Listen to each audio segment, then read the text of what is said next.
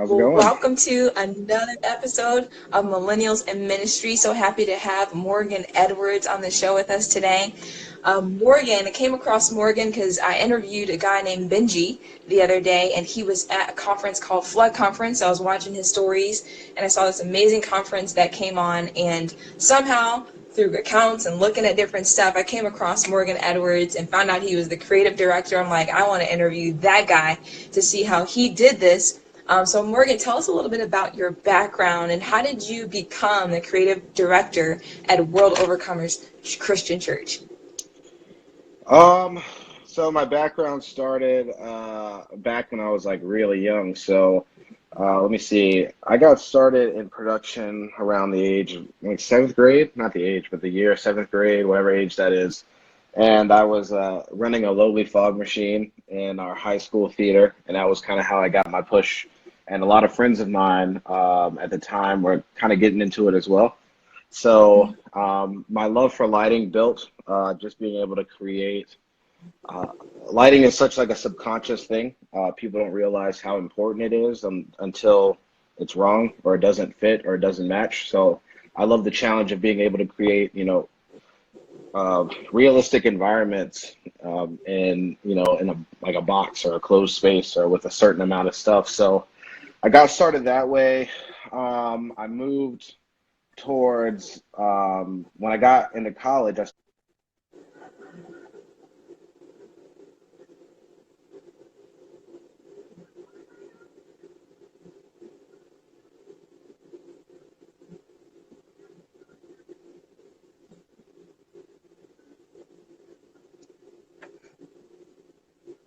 This connection is kind of.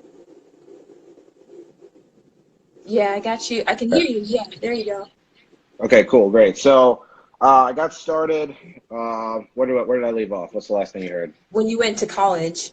Yeah, so I went to college, got started in like the corporate world, which gave me a lot of knowledge about working with clients and working with different types of personalities and working with people that are, that are either like really upfront or people that are really laid back, organic environments, very type A and type B environments. So that was really helpful.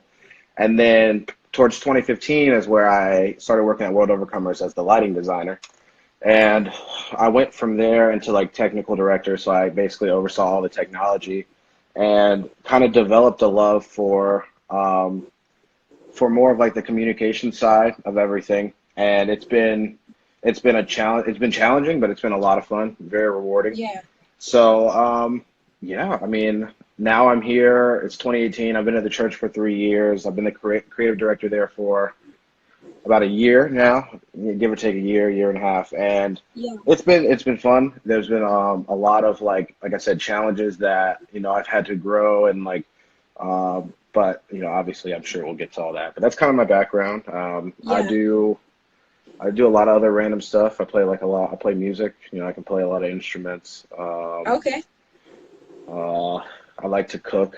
You know, Okay. every now and then. So yeah, there's like a lot of Creative random director stuff. by day, cook by night. I don't know when I'm not feeling lazy. Absolutely. Yeah. Very cool. So talk to us a little bit about the actual Flood conference. How did that become to be from start to finish, from idea to completion? Because you're kind of the guy that helped put all of that together visually. So talk to us a little bit Sure. about that. I mean, so from the start, obviously, Flood Conference has been around for 3 years now. This was our third year. So the first year, just to kind of give you the background, Flood Conference is our youth. It was started out as our youth conference here at World Overcomers Christian Church, and we migrated it this year to youth and young adults. So it was kind of a new thing, a new way of tackling it because you're trying to appeal.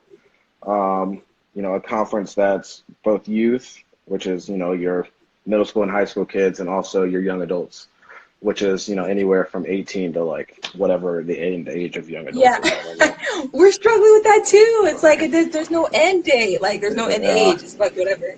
yeah, no. So, I think it was challenging to be able to create an environment that was, hype enough for kids, but also an environment that was also like not serious enough, but also made the young adults feel as if they identified and they kind of, jumped in on that. So, Right. um, so to start, obviously they started working on the graphics package and kind of the look of Into Troubled Waters last year. And so at the time, our lead graphic designer, a guy named Jed Perkins, sat down with Manny Arango, who is our youth and young adults pastor, and they essentially kind of put heads together on what it's going to look like. So, they've been working together on all the looks and all the themes for Flood Conference since we started, and Okay. they have a really good chemistry together. So as far as like the graphics package and the visuals go, I never really had to like be as involved with that as as because they work really well together. They have a good chemistry together. So I let them develop how they do.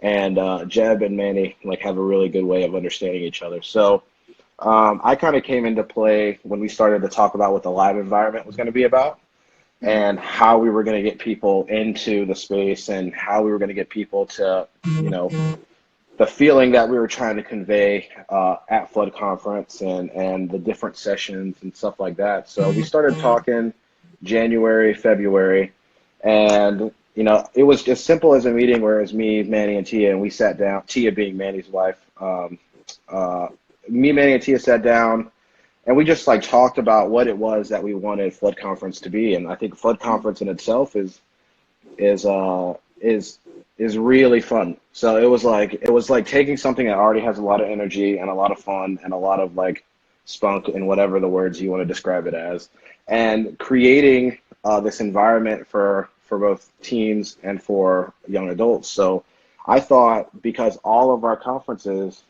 start a certain way, I was like, well, let's tackle this one a little bit differently. So we tackled it from the aspect of, if you do all the promotional videos, all the videos that Jay and Manny had worked on, so Jay being Justin Reed, which is one of our filmmakers and producers at the church, Mm-hmm. they were very like, it was almost like this big buildup over the course of months as to like what it meant to be into troubled waters. So, and being into troubled waters was basically Manny was saying that we were going to take, these people that had gone through these first 2 years of Flood Conference, and their next step was to get into troubled waters with everybody else and to like feel like they were surrounded, engulfed, and immersed in this experience and the love of Jesus Christ and the feeling of being surrounded by people that are like-minded and understand what all that means. So, we did that, and from there, I was like, well, let's start the conference as if you're in water. Like the Mm-hmm. vibe was to just feel like you were inside of an Yeah. ocean. So like doors open and it was just black and there was just blue lights on. It was kind of dim, and it was just really cool because people kind of transitioned from the high energy lobby environment into this almost immersive, reverent situation. And a lot of people kind of didn't know what was going on or what to do. And Yeah. then, we started the conference with this very creative piece put together by, Jay and, Tia did the voiceover and Manny did the voiceover. And it kind of just tied the whole theme in. So it's like, even if you hadn't seen any of the promotional content, if you hadn't seen any of, the marketing package that we had put together, you would still know what you were walking into. Hmm. So, you know, I think my overall point in it was to make sure that we were being intentional about the feeling of Flood Conference and the Hmm. feeling of, how we wanted people to identify with the atmosphere and to identify with, where they were at in that moment in their life. And Yeah. it translated really well. The video was amazing. And I caught myself obviously during the sessions, I'm like on the comm and talking into a talkback to the band's ears, but I'm also trying to take it in from the aspect Mhm. that, we're putting on this life-changing event for some. Mhm. And, it's just, at this point, it's just a lot of fun. So, we got out of the video and then it just like came up with this like spotlight on Erin, who was the worship leader that we had. And he just kind of sang this song called Into the Deep. And it took you into this place where, by the second or third time he sang through the bridge, people had like opened up to this environment of worship, and they had opened up to this place where they could they could just kind of let loose and like just be in the moment, which was my goal. My goal was for people to not like, it's so easy to start a conference with like just a high energy, like jam-packed song, and you're just like going. Yeah. But I think um, it's even more intentional and more challenging to start a conference with something that is like slow and like intimate and like gets you in the mood. So then, Yeah. it's just there's just a lot that went into, every step. And I think, with Flood Conference or anything that I do, I always have to ask the question of why. Every decision that I make, I want to make sure I have an answer to the question why, because if you don't have an answer to the question why, then you have like no basis for your decision. You have no basis Mm. for why I've decided to have people walk into a blue room. And then Mm. it helps people who are supporting that vision and supporting this idea to understand why it is that you're doing that. So I think, overall Flood Conference was, and I just really, all that was just me talking about like the first four elements of the whole concert. But um, I think creatively, Flood Conference from my perspective was far more rewarding because every decision that we made and every element that we introduced was very intentional to the fact that we wanted to create an environment for people to like take this journey into troubled waters, and Yeah. for it to not be for it to be distraction free, and for it to be to the place where people could just feel what they want to feel, whatever it is that the Lord is trying to get them to feel, and Mm. whatever it is that they're feeling at that moment. Like I didn't want to disrupt that. So it's really rewarding from that aspect, to be able to have a team that can, like, I'm telling you, if you ask my team, we were there a, a long time. There were Yeah. rehearsals, Yeah. and there were table reads, and there were walkthroughs, and but I think all of it is very intentional in the fact that we want to make sure that everyone who's on stage or who's on support staff or who's on production crew is empowered enough to know exactly what it is that they need to do, Yeah. um, to produce this environment and this experience that is just incredible. And it went so well. So, That's um, awesome. I mean, that's the long short answer of that. Yeah. No, it's a good answer. It's a good answer. My sister was commenting, she loves the attention to detail that you put into creating something like that. And I love how you talk about the different elements. It's the why, and then it's what elements can we use to translate the why and creating that feeling in people. And you even Yep. mentioned before when we were talking briefly about, I asked you how do you measure the success of something you do creatively? And why don't you, tell the people like how do you do that? Like how do you measure if something you've done creatively is successful? So yeah, when we talked, briefly earlier, I had mentioned that like I think success within ministry is measured very differently than success within like a for-profit entity, or something that you're marketing a good or a service. Success, for me personally, when I'm talking about success of like Flood Conference and anything else that we do, like my success is the impact. And like honestly, I feel like if I can see or hear like one story of impact, that I think everything that you do in ministry is worth it. I Mm. think if you get just one life, or if you get one kid to do something great. I know the morning session on Saturday, we end the morning session, give them lunchtime, and they can go eat at food trucks and stuff. But like the most amazing thing happened where like all the kids, like not all of them, but most of the kids just stayed, and they just like worshiped for, I mean, I'm Wow. telling you, like an hour and a half. And they like skipped lunch. We had to like push breakout sessions back, Wow. but it was crazy because everyone inherently had this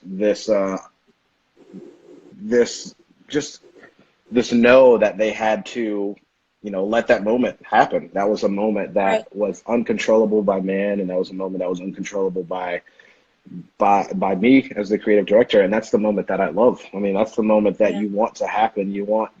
to be able to not know what to do. You want to be able to not know, why this is happening. You want to be Yeah. like, yeah, this is just like a takeover. So, I like that moment to me was success for the conference Hmm. because, you know, um, just to be able to see like, kids worshiping and stuff like that, especially in this day Yeah. and age when everything is so built off of, um, you know, the self, and everything is Yeah. so built off of, this internal struggle for understanding like who you are and how you want to operate, and how you want to, manifest yourself as a person.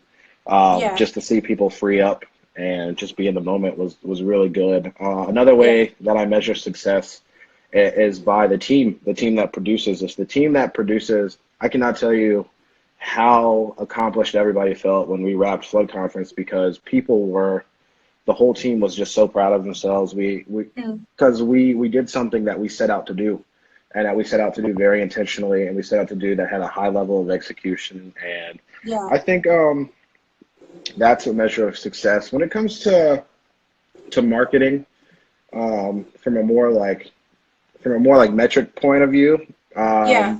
We measure success. We measure conversion, if you will, or we measure Okay. impression, and we see like how many people like look at what we post, and we see it, how many people comment and identify with what we post, and then we figure out, we need to generate more content that looks like this, so we need to generate, because I mean the big thing with us is making sure people identify with what we're doing, and that Yeah. people, like, enjoy it, and that we're creating Right. something that people want to be a part of. So that's how we measure success, and that's how I measure success. And Okay. yeah, just I love that's that. yeah. So when it comes to the team, the creative team, what are some elements or keys to running a successful creative team? Um, I think personalities, understanding every personality on your team is super super important, because you know everybody is different and everybody works different. Everybody understands task and vision different. Mm-hmm. So the one thing that I really strive to do is to understand and be able to relate to my team, and it's up to them to agree with whether or not I do a good job. We're all pretty good friends, both in Yeah. the office and outside of the office, and so. Um, but definitely, like, I definitely understanding personalities, understanding like people's strengths and weaknesses, and then trying to find people that complement. If you have somebody with a strength here, and you have somebody with a strength here that complements the weakness of the other person, trying to make Yeah. sure that those people line up in that task.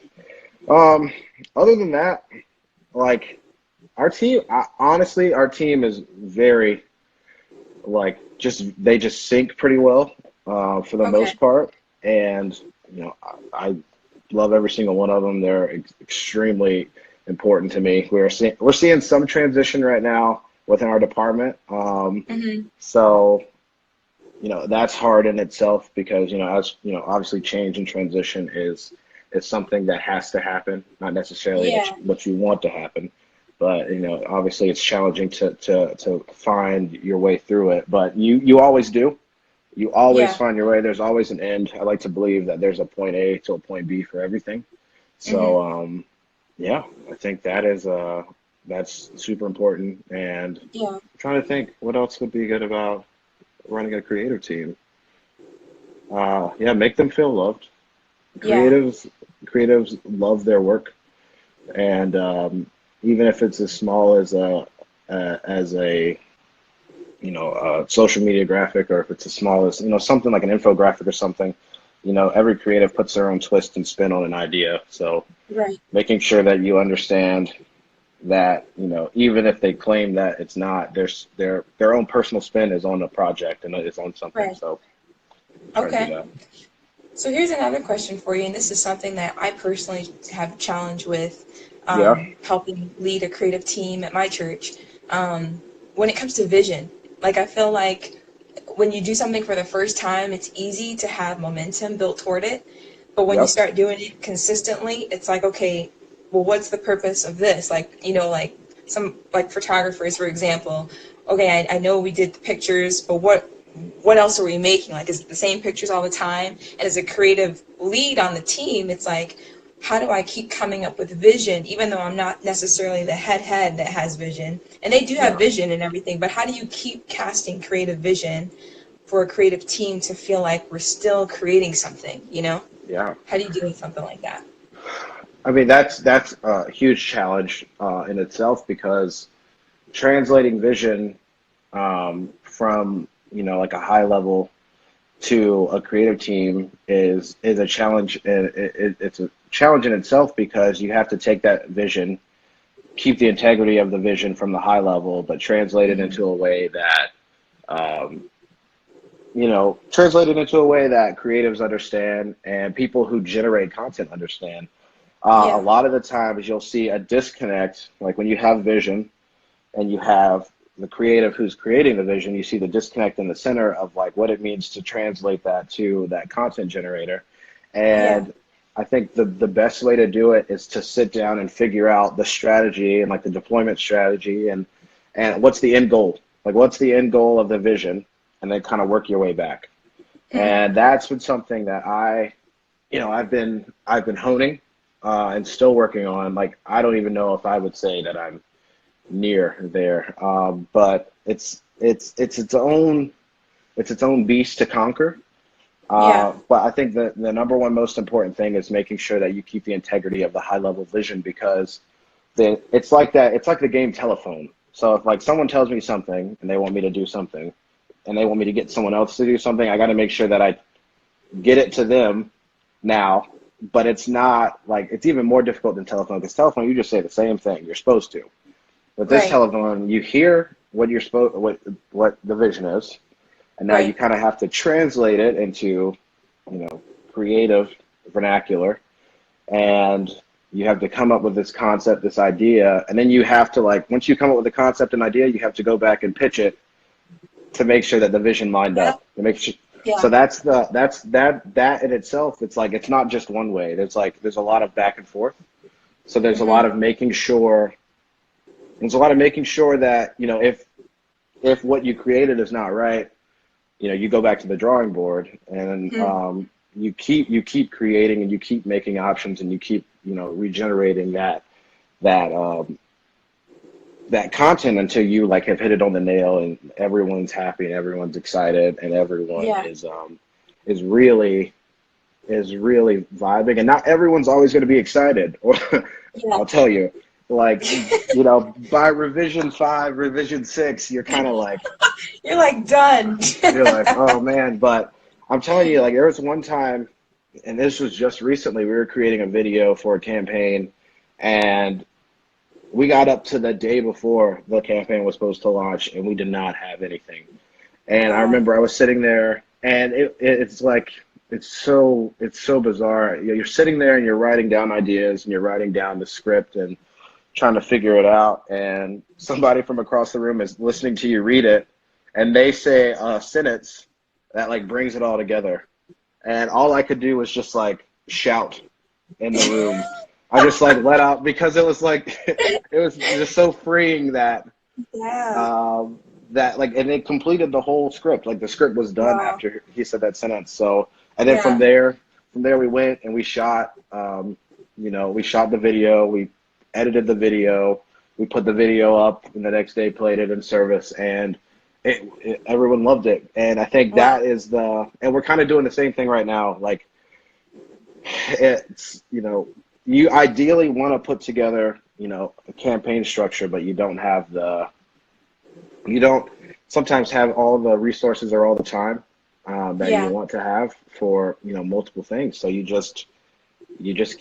keep chugging. I think one thing is I have a terrible sense of time when it comes to Okay. work, so I will work for hours. Like, Yeah. there are times that I leave. We don't have any windows in our office. I'll get up and pack up and leave, and it's dark, and I'm like, Wow. where has the day Where'd gone? the day So go? Yeah. yeah, so you're just, and I think that commitment to executing what it is you planned is extremely Hmm. important, because you can Yeah. plan and create brilliance all day, But if Yeah. you don't execute or implement what it is you plan, then what's the point? Right. Right. Here's another question for you. When it comes to creatives and leading a creative team, what do you find hinders creativity? Like, what puts a cap on people's creativity, and how do you pull out the most creative juice in somebody that's on your team? Um, what hinders creativity? I mean, creatives in themselves are.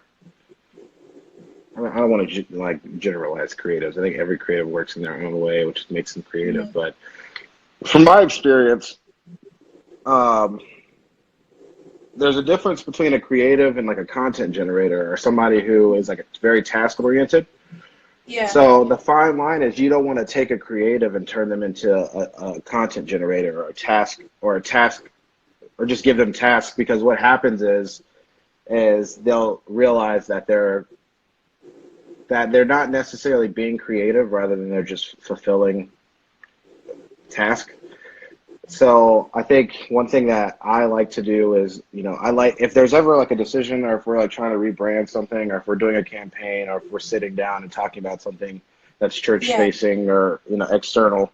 Um, One of my big things is like getting everybody in the room and talking about it, and because I think everything that we do needs to be implemented in a way that everyone understands or everyone Yeah. vibes with on some level. Even if like one person is vibing at like a 99 and one person is vibing at like a 10%, Yeah. that Yeah. one person at least has 10% equity in our idea, and they have 10% Hmm. stake in what it is that we're creating. So like I said earlier, you're not going to have everybody on board 100% for everything, and I think that's just the realization of it. So, um, yeah, I think making sure that everybody just feels like they're heard.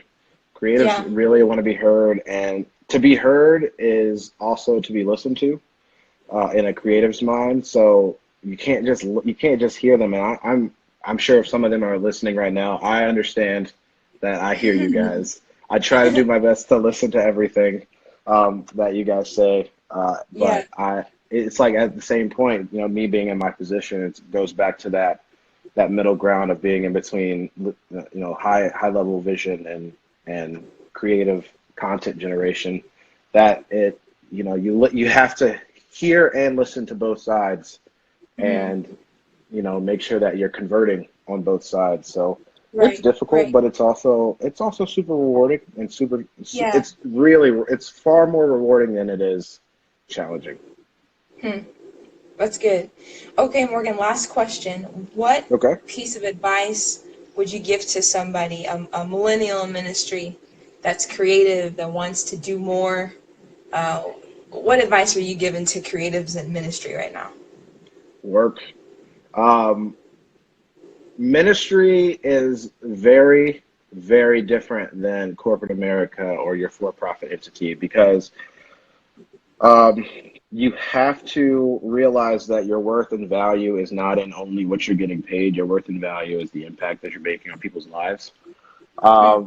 And that's what keeps me going. It's like you hear so much that, oh, you're a creative director, you should be making so and so, and I'm like, yeah, Sure. okay, I hear you, but also like ministry to me is just a little bit more, and it's a little bit than just like your value from a resource or a financial perspective. So it's like what I say is like don't be discouraged by what your sense of value is, or by Yeah. what others perceive your value to be. Like try to find your value in the ministry, try to find your value in what you're accomplishing spiritually, um, Hmm. and just keep working hard. Like I work I think the week of Flood Conference, I like worked probably like 124 hours. I Wow. think I clocked, and like it was like I got up at 7.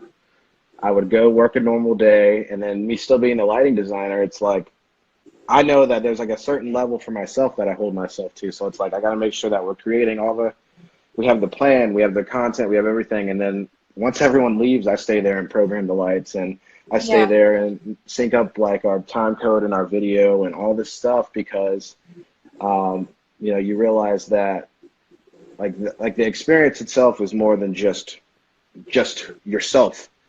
Hmm. And I see Tia at some point join. So Tia, Tia Christina is Tia Rango, and if Tia and Manny are listening, like they were super important to me because Yeah. they had me buy in on what their vision was, and their vision was consistent. Their vision was the same the whole time, and their vision was that they wanted to have. It was really this simple. They wanted to have a killer conference experience, and they wanted it to be in line with the theme of Into Troubled Waters. And it's just as long as we could answer those two questions Right. with whatever we did, that's what we did. So it's like um, work hard, find your value in the ministry and in your spirituality, and just don't stop. Don't just Yeah. keep going all the time. If you're tired, just like grab a 5 hour energy. No, I'm just kidding. Don't do that. Go to sleep. No, I would say one other thing that creatives should do is sleep because I am Yeah. far more productive if I sleep than if I like stay up for like 24 hours Yeah. in a row. And it's so So easy to be up all the time working. I get it. it is. It's incredibly easy. But you know, I think that's those are my 3 points. Sleep, Love it. work, and I figured out what the other one was. I have a terrible memory. It's really bad. I have to get everything written down for me all the time. That's okay. Sleep, work, and we can watch the replay for the third one. All Sounds right, good to Morgan. me. So if people want to stay in touch with you and follow you, how can they do that? What's your website? Do you have one? Do you have a podcast? What do you got Yeah. going on? Yeah. So we have World Overcomers Creative is our team. The creative team has a Instagram, which is World Overcomers Okay. Creative. My Instagram is Motedz, Motedz. That's Motedz. You can follow me. You'll see whatever. I do a lot of my external shows. I post stuff in the church there. Um, we are hiring right now. So if you are Okay. interested, we are hiring a couple full-time positions for the creative team. So you can go to Super. worldovercomers.church, scroll all the way to the bottom and hit career opportunities, and they'll be there. I'm trying to think where else. I have a website, morgantedwards.com. You can see all my work there. But yeah, like it's so weird. I've never been in the spotlight or like interviewed before, so like the Yeah. promotion, the self promotion is, is Hey, is weird. it's a new year, man. It's first time for Hey, everything. I'm here for it. It's great. Awesome. Well, Morgan, thank you so Cool. much for your time and your advice. Thanks for leading a creative team. Like for me, this interview is super helpful in everything that I do creatively and things that I want to do moving forward. So I'll definitely be staying in touch and following your stuff. And we look forward to talking with you again soon. Awesome. I appreciate you guys. Yeah, I appreciate you like asking me to do this. This is great. absolutely, man. All right, have a good Awesome. time. We'll see you later.